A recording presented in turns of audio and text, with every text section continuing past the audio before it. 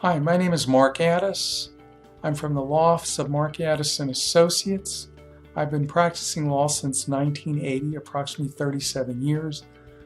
My practice mainly involves the practice of workers' compensation as well as personal injury and car accidents. Today I'm going to talk about what benefits a person can recover in a workers' compensation claim. First of all, a workers' compensation claim is involved when a person is injured on the job. How you're injured certainly affects whether you're entitled to a claim or not, and we'll deal with that in another video. For the time being, we're going to deal today with what benefits you can receive when you have a valid workers' comp claim. The first benefit you receive is medical treatment. The main issues with medical treatment is the medical treatment causally related to the accident. If it is, then you're entitled to whatever medical treatment is causally related to the accident, which means what medical treatment was caused by the accident. Medical treatment can include seeing the doctor, going to the hospital, having surgery, physical therapy, medical devices. You're entitled to get reimbursed for any mileage to and from the doctor. In a workers' comp case, the medical treatment you're entitled to covers you for the rest of your life as long as it's related to the accident. So if you injure your back in a work-related accident and you can prove that whatever problems you're having have been ongoing for 10 years, then your treatment can go on for 10 years. If you stop treating and then 5 years later you can prove that you're having problems again and it relates back to the original injury, it will be covered. There is no limit to the medical treatment or the amount of the medical treatment, and it covers you for the rest of your life. The only things that affect the medical treatment and whether it covers you for the rest of your life, if there either was a pre-existing condition, meaning a condition that existed before the accident, that you then had an accident, that you aggravated the pre-existing condition, then you got treatment that was related to the accident, then you stopped, then you go back later, and then there's an argument about whether the treatment's related to the pre-existing prior accident or to the accident itself. The other thing that can stop treatment in the future is if you have some new accident. Let's say you have a work-related accident, get treatment for a while, you stop, and then 2 years later you're involved in a car accident, you injure the same part of the body. Then the insurance company is going to come in and argue that the treatment you now need is not causally related to the accident. Bottom line is, if you can prove that whatever treatment you need for the rest of your life is causally related to the accident, and if you can either convince the insurance company and they agree, or if you can't convince them, and if you convince the Workers' Compensation Commission and they issue an order ordering the insurance company to pay your medical expenses because the Workers' Comp Commission believes they're causally related, then that medical treatment will be covered no matter what it is for the rest of your life. In addition, the second benefit you're entitled to under a workers' compensation claim is lost wages. So, if as a result of the accident you're out of work, you're entitled to get paid 2/3 of your average weekly wage for the period you're out of work until you reach maximum medical improvement. Now, I've given you a lot of legal terms there. I'm now going to explain them.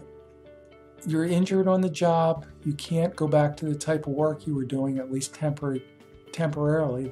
Then you're entitled to get paid temporary total.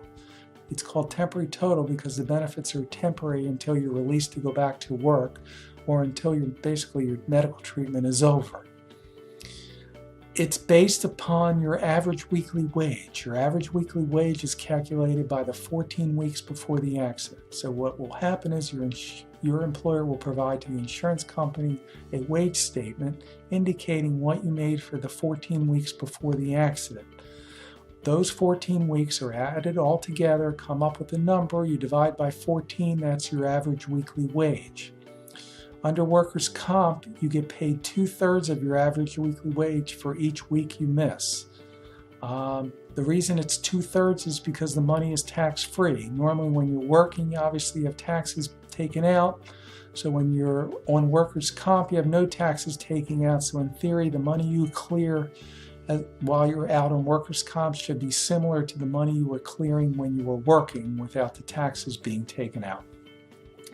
It's paid until you reach maximum medical improvement, because once you reach maximum medical improvement, then no longer is your condition temporary, but it's now permanent if you're still having problems. What does maximum medical improvement mean?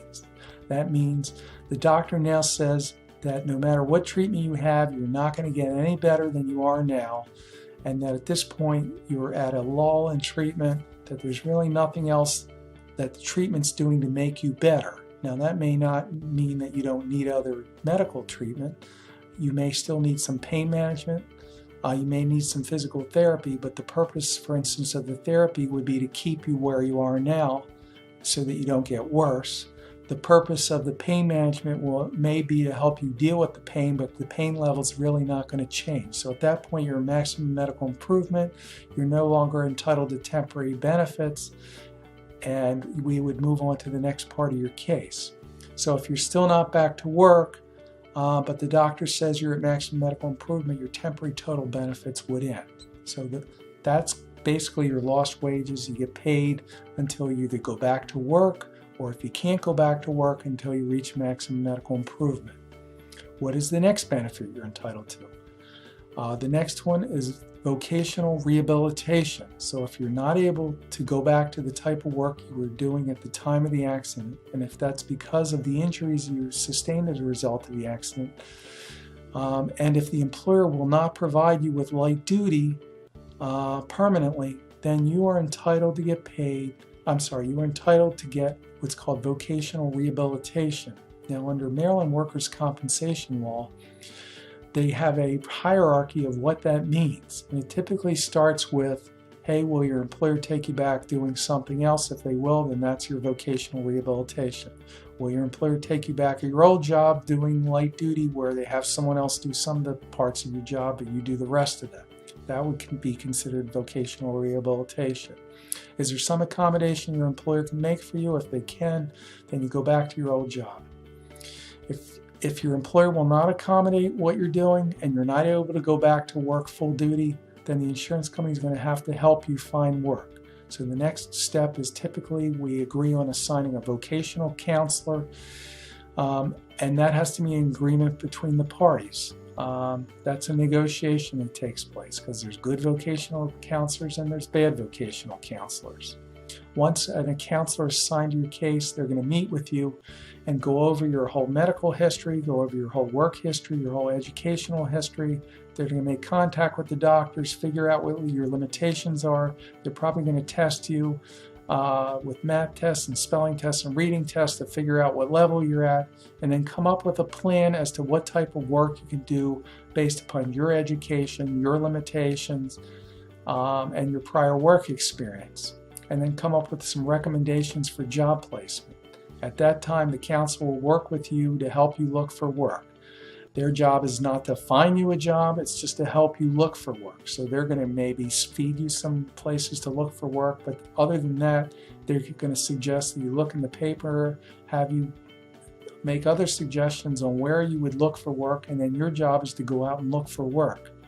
While you're looking for work and while you're working with a vocational counselor, you will then begin to receive temporary total benefits again, this time because you're working with the vocational counselor. If you don't cooperate with the vocational counselor, or if you stop working with them, you won't receive the benefits. If you refuse to go back to work, you won't receive those temporary total benefits. And then there's going to be a gap between when you reach maximum medical improvement, meaning you didn't go back to work, but the doctor said you weren't going to get any better, and then when you go on to the next step. So it's important that you go through the vocational rehabilitation process so that A, you can find a new career, and B, so that you can keep your benefits going. In fact, I always tell clients that this is the most important part of your case. No matter what you ultimately get as far as a settlement at the end of the case, it's not going to be as much as if you had gotten a job and earned money. So this part of the case is the one that you should take the most seriously. Finally, the last part of the case, after you've gotten your medical treatment, you've gotten back to work either with your old employer or through vocational rehabilitation, then we go to what's called the permanent injury award part of the case. Now, under Maryland workers' compensation, there's no settlement per se for pain and suffering. There's a permanent injury award. So if you have a permanent injury, then you are entitled to an award from the Workers' Compensation Commission. Now, what does that mean? Well, there's basically two types of permanent injury awards. There's one for scheduled members, there's one for non-scheduled members. Scheduled members are typically the parts of the body that are on the outside of your body, which would be like your eyes, your ears, your arms, your hands, your legs, your feet. They are like the appendages to the outside of the body. So those are called scheduled members. And basically in those cases, when you go to a workers' comp hearing on a permanent injury award, the commission will hear what your complaints are. And then typically you're going to get a rating from a doctor. They will look at the rating, and then based upon those ratings and your complaints, they will come up with an award. What is a rating? All right, so once your treatment's over, your lawyer will typically send you to his doctor to get a rating done by a doctor. A doctor's going to determine what your permanent impairment is based upon the AMA guidelines, and Maryland has 5 other factors that the doctor has to look at in order to determine what your permanent impairment is to each body part that you injured as a result of the accident. The doctor will write up a report, and we call that a rating. So as an example, he may examine you, and under the AMA guidelines, you can bend your arm so far, and based upon that, that's worth 10% according to the AMA guideline book. And then he's supposed to look at the 5 factors, which include pain, weakness, loss of endurance, and the rest of the factors, and give some credence to that and come up with a rating. For instance, under the AMA guidelines, it was 10%, and then with the 5 factors, it's 15%. Permanent impairment as a result of loss of use of the left arm. Then the insurance company is going to get a rating from another doctor. Typically their doctor is going to give a rating that's a lot less than our doctor. So while our doctor may give a higher rating, the insurance company doctor is typically going to give you a very low rating or give you a 0. So it's important to have a lawyer for that process. Anyway, the Workers' Comp Commission is going to look at those ratings, going to listen to your testimony, and issue an award. Each award is going to be in percents of disability. So for a scheduled member case like a hand, if you got an award of 10% of the hand is worth 250 weeks of benefits if it's 100% disabled, like if it was amputated. So a 10% of the hand would be worth 250 weeks. I'm sorry, it would be worth 25 weeks of benefits. And then it's paid at so much a week. The so much a week depends on how much you were making at the time of the accident. So if you were making a lot of money, the so much a week is worth a lot more than if you were making very little money. So 2 people having the exact same injury, if one's a high wage earner and one's a low wage earner, the high wage earner is going to get more in that case for the same injury that the low wage earner is. The awards are backdated to the date you last missed time from work. So typically, when you get that award, you're going to get some of it in a lump sum and then some of it weekly. So if you were out of work for 3 months, then you went back to work, and then it took another year to get your case in for a hearing on a permanent injury award, and your awards for 75 weeks of benefits, you would get the first 52 weeks because it's been a year since you had your hearing in a lump sum, and the rest would be paid weekly, the other 25 weeks until the award's paid out. The other type of permanency case is a non-scheduled member. That would typically be the inside of the body. That would be your neck, your back, anything inside your body, your head. And those are non-scheduled members. Again, in those cases, the commission is going to look at the ratings. They're going to listen to your testimony, but they're also going to look at how it affected your ability to earn a living, your loss of earning capacity. So, if you have 2 similar injuries, and we'll say back injuries, and let's say in both of them, my doctor gives you 15%, the insurance company doctor gives you 0, but in one case, the client went back to work, and in the other case, the client can't go back to the type of work he was doing before, and now he's making half of what he was making before. Well, that second client who's making half of what he was making before is going to get a lot more money than the client who went back to work, even though they had the exact same injuries and same treatment. And again, those awards are weekly, and it can be in a lump sum for any back benefits. Once you get the permanent injury award, the case still stays open. So if you have any other problems that you need medical treatment for, the medical treatment's covered for the rest of your life, as I explained to you before, as long as you can prove it's causally related, and that's even after you get your permanent injury award. In addition, if you start missing time from work again, even after you got your permanent injury award, you can in theory go back and get paid for the time you missed. However, your right to receive money does have a limitation. So if you ever go 5 years without receiving any money, your right to receive money will then close even though your medicals stay open.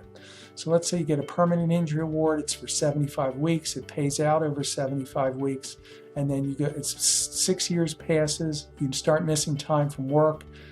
Once that 5-year period had passed where you'd not received any money, your right to receive money ended, and now you're not going to get paid for that lost time. So it's important that you monitor if you're having other problems, and you try and not ever go 5 years without receiving any money. How do you do that? Well, maybe you got worse during that 5-year period, but you didn't miss any time.